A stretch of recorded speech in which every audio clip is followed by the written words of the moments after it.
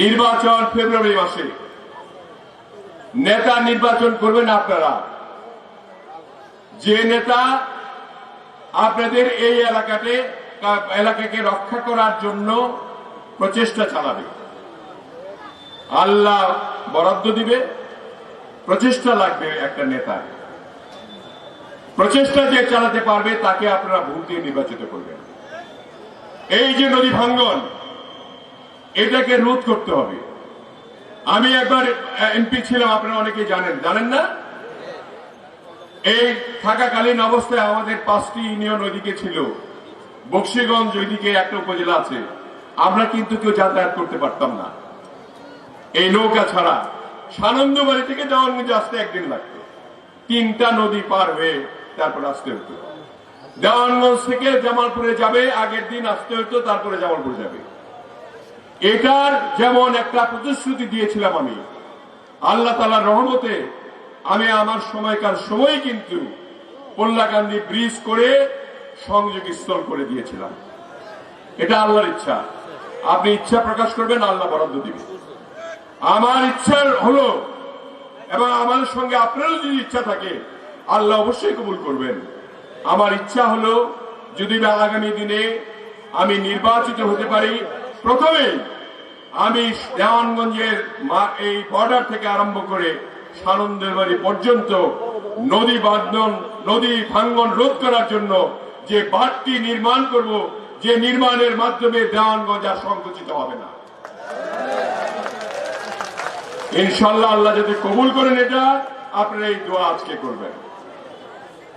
এবং এই দোয়ার সঙ্গে আপনাদের কিছু সাহায্যও লাগবে আমার। আপনারা যারা এখানে আছেন সবাই ভালো মানুষ, মা বোনরা আছেন যারা, দেখেন মা বোনরা কিন্তু আমাদের এখানে অর্ধেকের বেশি। এই দেওয়ানগঞ্জকে রক্ষা করতে হলে আপনাদের সহযোগিতা, সাহায্য ইত্যাদি লাগবে। এবং আপনারা যার উদ্দেশ্যে এই যে মিটিংটি করছেন, এই যে আজকে মাহফিলটা হচ্ছে, এই হাফিজিয়া মাদ্রাসা, দেওয়ানগঞ্জ হাফিজিয়া মাদ্রাসা, দেখেন কোথায় কোন জায়গায়, সেই জায়গায় রাস্তাটাও বের করে দিয়েছিলাম আমি। এবং ওখানে আস্তে আস্তে 2-3 তলা 4 তলা পর্যন্ত বোধহয় হয়েছে, 5 তলা হয়েছে। এটা আস্তে আস্তে করে করে আমরা সবাই চেষ্টা করেছি। কিন্তু এইখানে এই যে এতগুলি ছাত্র, আপনার এই যে হাফেজ বের হচ্ছে, এটাকে একটা পরিবেশ, এই পরিবেশে খুব কষ্ট করে বের। আমার নির্বাচনের বক্তব্য তো এই মাহফিলে দেওয়া যাবে না, দিলে আমি দিতাম। কারণ অনেকেই এই যে ইসলামের কথা বলে অনেকেই বলছে, মা বোনদের কাছে অনেকে অশিক্ষিত মহিলা আছে, শিক্ষিত মহিলা আছে, অর্ধশিক্ষিত আছে, সকলেই সম্মানিত ব্যক্তি। তাদের কাছে গিয়ে বলা হচ্ছে ইদানিং যে দাঁড়িপাল্লায় ভোট দিলে নাকি অটোমেটিক্যালি আপনার বেহেশতে যাওয়া যাবে। নাউজুবিল্লাহ, নাউজুবিল্লাহ। এই কথা আমরা কেউ বলতে পারি? কেউ বলতে পারি? কেউ পারে না। একমাত্র আল্লাহ তাআলা ক্ষমাশীল।